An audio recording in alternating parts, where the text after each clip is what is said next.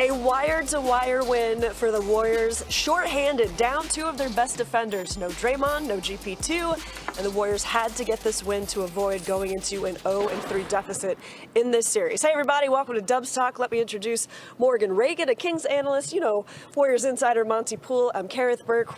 We are here to digest this win for the Warriors, one that they needed desperately. Do you want to put the D word on it? Desperately. Yes. And there were three things heading into this game, Monte, that the Warriors wanted to make sure they can control, in addition to defense. But I'm talking about rebounding, turnovers, fouls. They were the better team in all of those categories. Yeah, I mean, they were thoroughly outplayed by the Kings in both games. Even though the games were tight, the Kings were better, and they were really better when the game was won. They were to be won in the final minutes. Tonight, I thought the Warriors did a great job of playing with urgency from the start.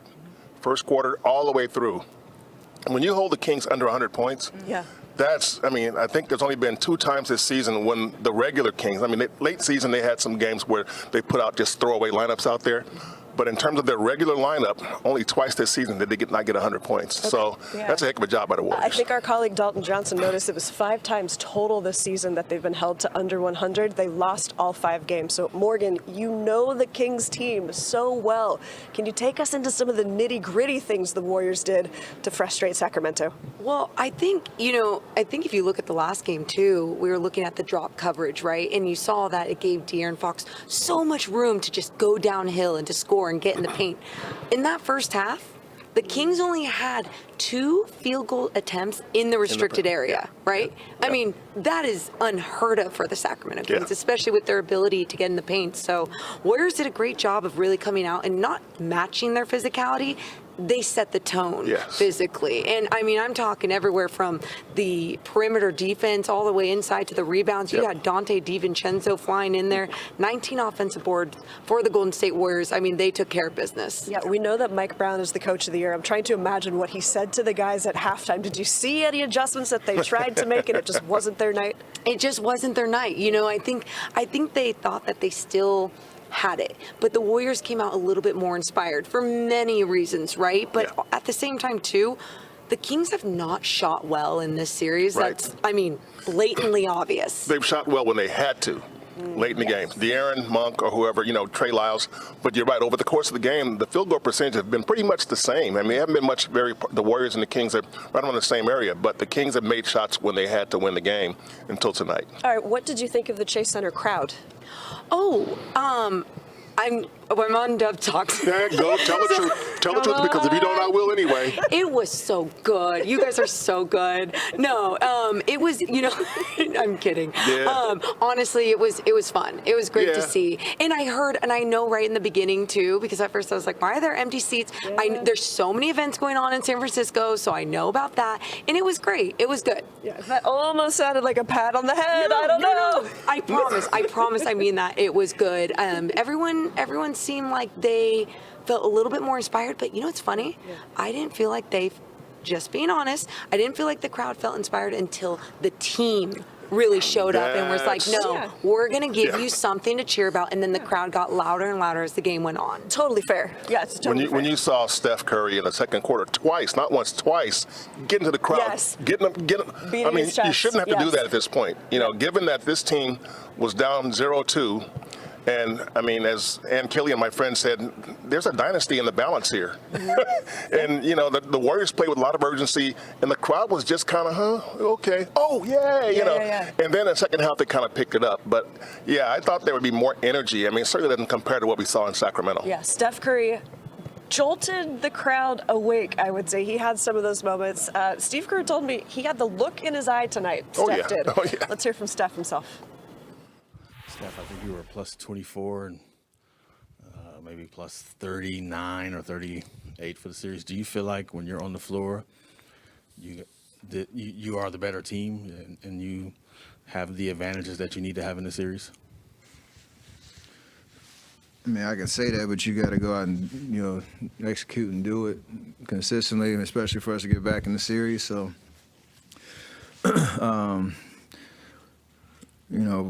consider how the first 2 games went, on the road with our road struggles all year. We still had a chance to, get game 1, possession here, possession there. Game 2 is tied with 4 minutes left, 5 minutes left, whatever it was. So we've shown that, despite our self-inflicted wounds with turnovers and, giving up offensive rebounds, that, we're capable of beating that team any night. It's just nice to have something to show for it now. So, the minutes that I'm out there, just try to be assertive, aggressive, take care of the basketball, control the pace. Then we all did that, a lot better tonight, and that helped our defense. And, I know we can shoot the ball better as a whole. And, I like the momentum that we created tonight. We just got to take advantage of it. What was the reason for the multiple rests in I think it was the first half? I don't think we've seen that. The what? The 2 sits, the 2 We just want to sit. keep y'all guessing with my rotations and the minutes, considering I got that question game 1. So I might, switch it up again in game 4. We'll see. Steph, over here. You guys have always talked in the past about flipping the switch when you guys have your backs against the wall. Did you feel that this was kind of like a vintage game tonight where you guys were able to do that, especially in light of the fact that you didn't have both Draymond and GP2 out there? This is what we're supposed to do.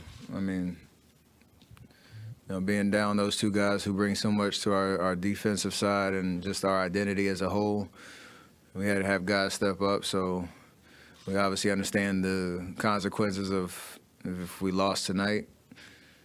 And nobody wanted to feel that, so it was a very focused effort, great energy from everybody that stepped foot on the floor. Even just the defensive numbers were amazing tonight, and you might be surprised considering Draymond and GP2 were out. Like it's just a way that we are able to kind of galvanize a great effort. Dante played amazing off the bench. Mo gave us great minutes. JK, the same. J. Mike, A. Lamb, everybody who stepped foot on the floor in the rotations understood the assignments and did it to the best of their ability. So when we get our 2 guys back, we got to continue to do that with, whatever you're asked to do. And we have a great opportunity to even the series on Sunday and take it from there. Hi, Steph. You guys got 22 turnovers in game 2 and just 11 turnovers in this game. How much do you like the taking care of the ball and making quickly decisions? Kind of what I was saying about the first 2 games, even with 20-plus turnovers each game, I think we still had a chance to win. So if you can give ourselves a better chance in the possession game, we got 8 more shots than they did. Have 5 more offensive rebounds. And then, like you said, the turnovers, that just allows us to control momentum. Whether shots fall or not, you always have your defense set. You're not giving them easy points because they're extremely fast and athletic, and that gives them momentum. So it's a good lesson for us of how to, control each offensive possession, figure out, how we can create space and create open looks, and win the possession game, which has historically been a good thing for us, considering how highly potent we are offensively. Steph, Kevon just said that sometimes as a rebounder, you can get in a zone the way Steph can get in a zone or the three-point shooters can. I mean, he knows where the ball's going to be. The tips are going his way.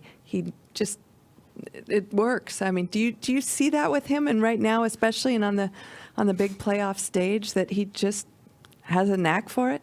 Yeah, he's relentless. Like you say, I don't know what that probably feels like, but it's just the way you see the ball, angles, your effort, knowing that it's going to be physical, you're going to get knocked around, but he's ready to take all that physicality. And then he has to guard it, and it's a tough matchup on the other side. So he knows how to be effective. When he's out there. He's shown it plenty of times before, and it was a huge 9 offensive rebounds. It's huge for us to give us extra possessions because we were getting pretty solid looks for most of the game. Just weren't hitting a lot of them, but he was getting us extra possessions, and that gets the crowd into it. Gets our momentum on our side, and it's amazing to watch.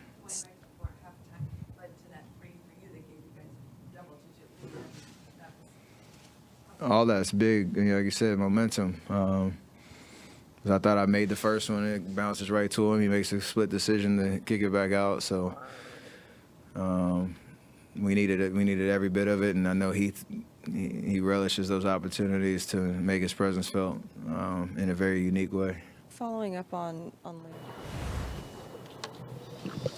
All right, great to hear from Steph. 36 points in 37 minutes, 1 turnover. We are going to revisit his game a little bit later in the show because they needed Steph. They needed some contributions from Steph, Wiggins, and Moses because it was a tougher shooting night for Clay, Dante, and Jordan Poole. Those 3 combined went 11 of 36, 5 of 22. So somebody had to come through. I'm looking at Andrew Wiggins. He was questionable on the injury report, played in this game. What did you notice about Wiggins? He was still aggressive. When you hear somebody's on the injury report, you wonder how aggressive they're going to be. There was no indication that he was injured at all. I mean, the way he played, he had 7 rebounds. He was efficient scoring. He took smart shots. He played defense. I mean, he played a complete game. I mean, when you look at the fact that you're without Draymond Green and you're without Gary Payton II, you're thinking, okay, that means you're losing some defense, you're losing some rebounding, you're losing some playmaking. And I thought Andrew kind of did a little bit of all those things, and the rebounds, the scoring, and the defense, which, when you hear guys injured, you wonder if they're going to go after him. They didn't even try to go after him, and that was probably smart. Yeah, I even think back to how many games that he missed, the fact that he came off the bench in game 1. There still might even be a little bit of a ramp up. So it was unfortunate to see him pop up on the injury report, but you're right, he played this kind of game like nothing was bothering him. And then Moses Moody. Moses Moody coming in and hitting 2 3-pointers. He finished with 13 points, but he gave you strong minutes off the bench and a case for more. Moses is the perfect illustration of you don't have to get ready if you stay ready. Yeah, there you go. And this guy can go a week or 2 without seeing the floor, and he comes in and he usually does good things. And I've heard people say, why doesn't he play more? Why doesn't he play more?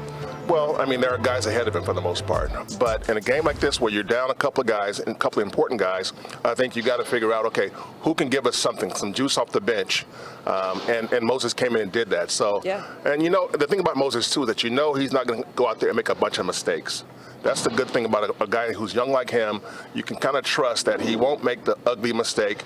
And if he makes one, that's probably going to be it. So he gave him a nice little lift off the bench for those 13 points. Yeah, and we cannot leave this A block without talking about the importance of Kevon Looney, who led the team in rebounding, led the team in assists, and this is while having the task of guarding Domantas Sabonis. Okay. I mean, Looney, it feels nice to talk about Looney and be speechless a little bit with his game, but we have to talk about the fact that Draymond wasn't on the floor, so Looney shouldered a bigger load. Yeah. Looney had 9 assists, which, it sounds high, but he's a good passer. He's a smart passer, more important than that. And tonight, he knew, okay, no Draymond, that means I got to do a little bit more. I got to be able to find cutters and stuff like that. And he did it, he knows. He was like he's mentioned how Ron Adams, the assistant coach here, tell him that when you get an offensive rebound, kick it out to your shooters. Yeah. Because they have shooters, and that's what Steph does. Jordan, Clay, Wiggins, and you saw him doing that. So the Warriors had 24 second chance points. I don't know how many of those were straight off of Looney's rebounds, but I'm sure a good percentage were. I mean, he said previously, remember, because he had 22 rebounds against Memphis last season in the playoffs, said for a big man, it doesn't really feel like an accomplishment until you hit that 20 spot. He should be proud after this game. Yeah, he had to handle a lot. Yeah, I mean, but to me, 20 rebounds, Looney done that before, and he knew they needed that in this game. I mean, rebounding was a real issue in Sacramento, especially in game 1. And offensive rebounding was a real issue. And then you see him come through tonight, and, he's getting not just 20 rebounds, but he got 9 on the offensive end. That's huge. Yeah, there you go. Kevon Looney, powered by FitAid. So are you. Dubstock brought to you by FitAid. We'll be back in just a moment. We need to talk about Draymond. He came up in a sideways way. Yes, he did. Let's tell you how when we come back. Dubs Talk Live is presented by FitAid Clean Energy and Sports Recovery, the energy drink for athletes. FitAid Energy is naturally sweetened with only 15 calories, no sucralose, no aspartame, and no compromises.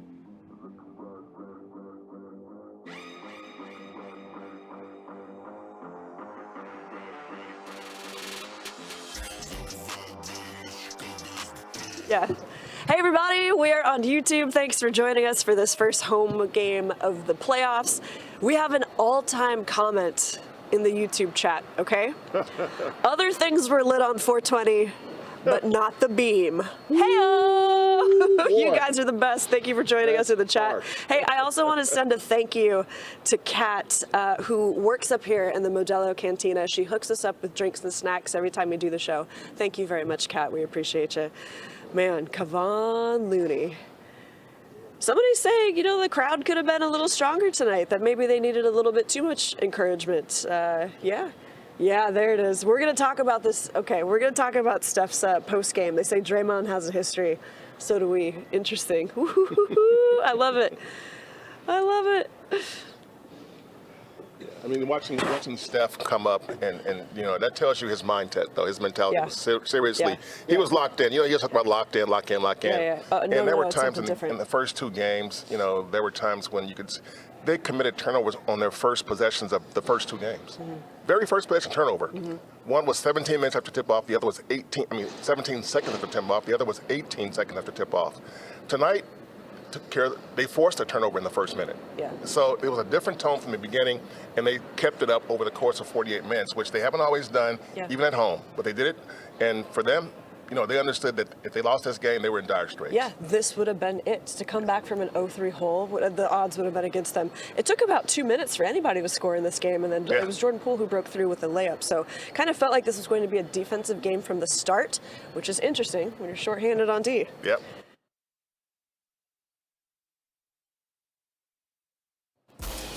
Loon had 4 in 20.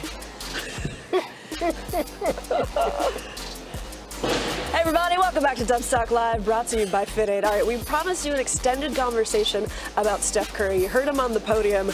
I asked Steve Kerr about Steph's game because you could see him thumping his chest a little bit more, being a little bit showy with the threes. He had one of those buckets that was right by Joe Lacob that whipped him up.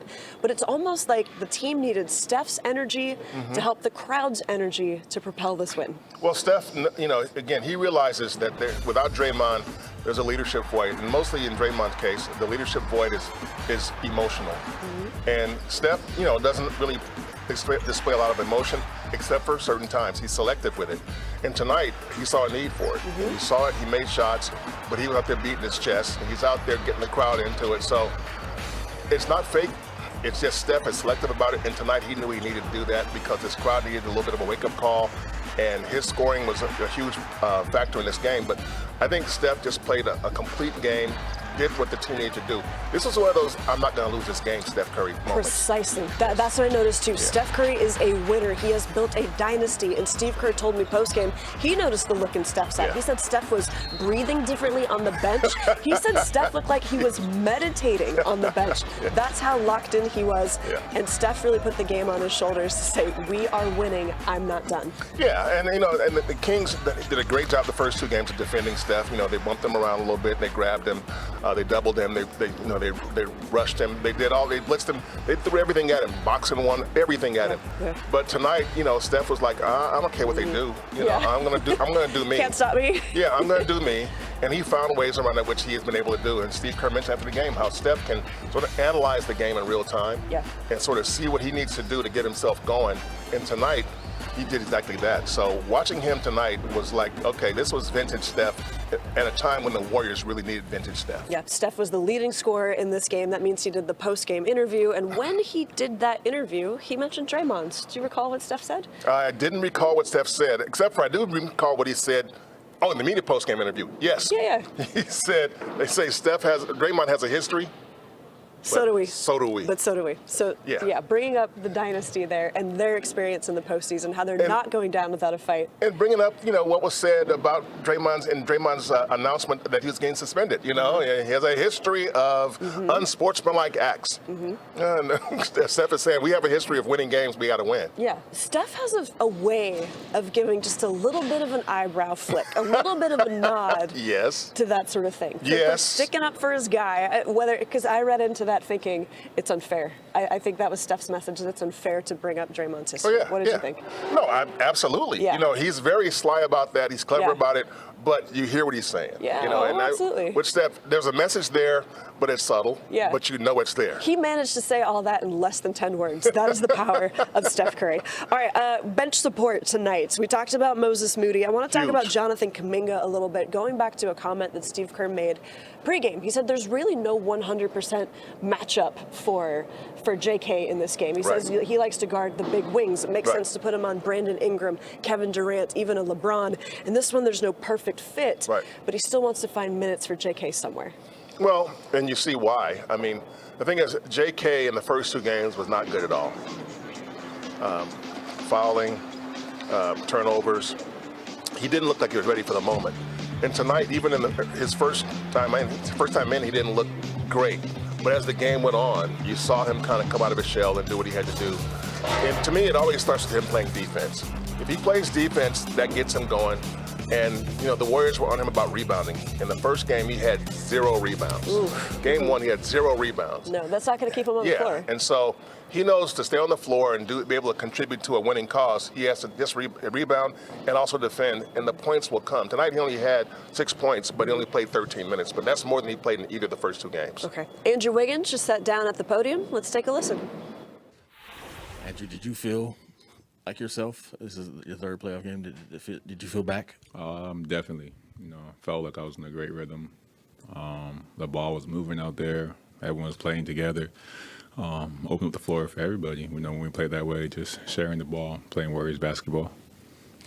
Andrew, a couple guys have spoken just about the defense sparking some spectacular offense, and there was a sequence there when you had a block and then moments later a big 3. I mean, how much were you guys feeding off of, you know, big defensive plays and rebounds and all the things that you talked about leading into this game? Yeah, I mean, we need it. You know, that's what's going to fuel us, you know, every game. You know, even when things aren't going our way, that's something that we should be able to depend on. You know, is the rebounding, you know, the defense, the hard work, and just trying to make the other team uncomfortable. Hey, Andrew. First, I just want to share with you that a lot of your fans in China and Asia are just so happy and, you know, excited to see you back in action. My question is pretty simple. I just wanted to ask you, how do you feel, you know, to play on the home court after several months, you know, a while? Yeah. It feels great, you know, being back, especially in this atmosphere. You know, we got the best fans in the world, and every time you step on that court, they make you feel appreciated. So I love that I'm back. Andrew, 3 rebounds in the first game for you, 5 the next, 7 tonight. How much of that was an emphasis for you personally, especially with Draymond out and Gary out? And how does it kind of say where you are physically right now? Yeah, I feel like with Draymond out, with GP out, everyone had to, you know, fill in those shoes together and rebound the ball. I feel like that's what's going to take us over the top, you know, is rebounding. And I feel like every game, you know, I'm just getting back to myself, you know, rebounding wise. So hopefully I can keep it going and keep it going up. That's encouraging to hear him say that he's getting back to feeling like himself. He's got a fresh haircut, had a little smile there when he got the shout out from the fans in China. We know the sport is a global game. All right, when we come back, we talked about Game 3's importance. How about Game 4? The Warriors have home court advantage. Can they take advantage? We'll talk about that next. Dubs Talk Live is presented by Fit Aid Clean Energy and Sports Recovery, the energy drink for athletes. Fit Aid Energy is naturally sweetened with only 15 calories, no sucralose, no aspartame, and no compromises.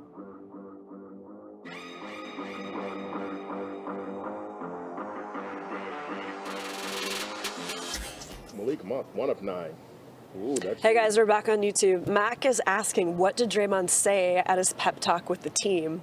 We don't know. The team will keep that close, but I asked Moses Moody because it was spirited, and I said if there was a swear jar, how much money? And Moody said his whole paycheck. Yeah. I mean, Draymond has a way of reaching guys when he really digs deep into his catalog of I don't want to say pep talk, his catalog of inspirational speeches and the way he does it. He becomes a preacher. Well, he cares. Yeah, that he and- conveys that. Yeah, Mark Jackson, when he was the coach here, used to call Draymond his deacon. Oh, okay. That was like, because Draymond was, he's that guy who always has a message and he always knows how to deliver it. Mm-hmm. And so I think in this case, Draymond knew, okay, I'm not out there. I got to give these guys something. Let them know that I'm with them even though I'm not here. Yeah. And just show people that, you can do this anyway. Mm-hmm. Just because I ain't here don't mean you can't do this. Yeah. Yeah. No, Moody said it was almost like one of those scenes in a movie where the coach inspires you and then you go out and win the game, which is precisely what the Warriors did tonight. As far as whether we will ever know the exact words, At some point. maybe. We can ask Draymond. I think he would give us the gist of At it some when he's point. back. Yeah. Yeah. Yep. During this game, I was imagining Draymond at his house watching the game and how he was reacting and like what he might have been saying. Draymond talks to the TV. Yeah. I think he's that guy. I didn't see him going crazy on social media or anything. No. He sometimes will do that. I think in Yeah. this instance, he was like, no. I think he knew better in this instance. Yeah.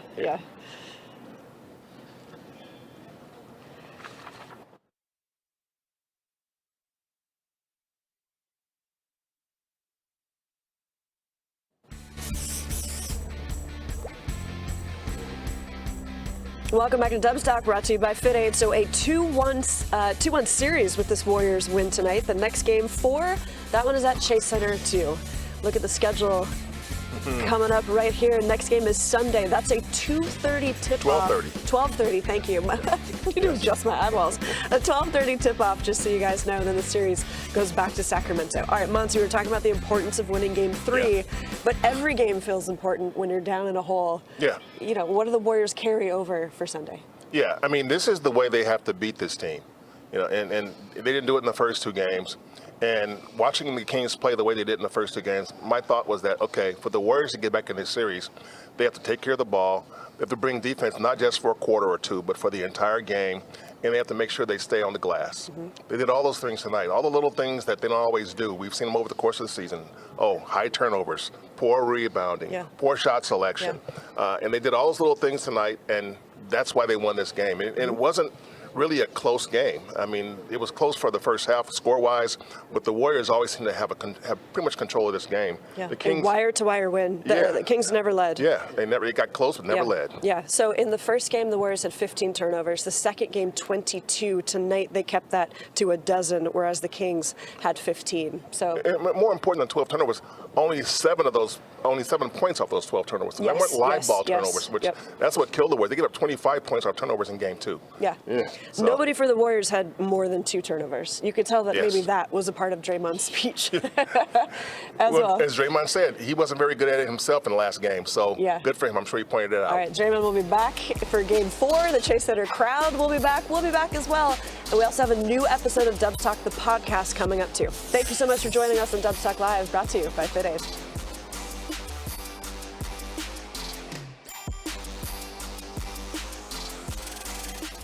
Nice job.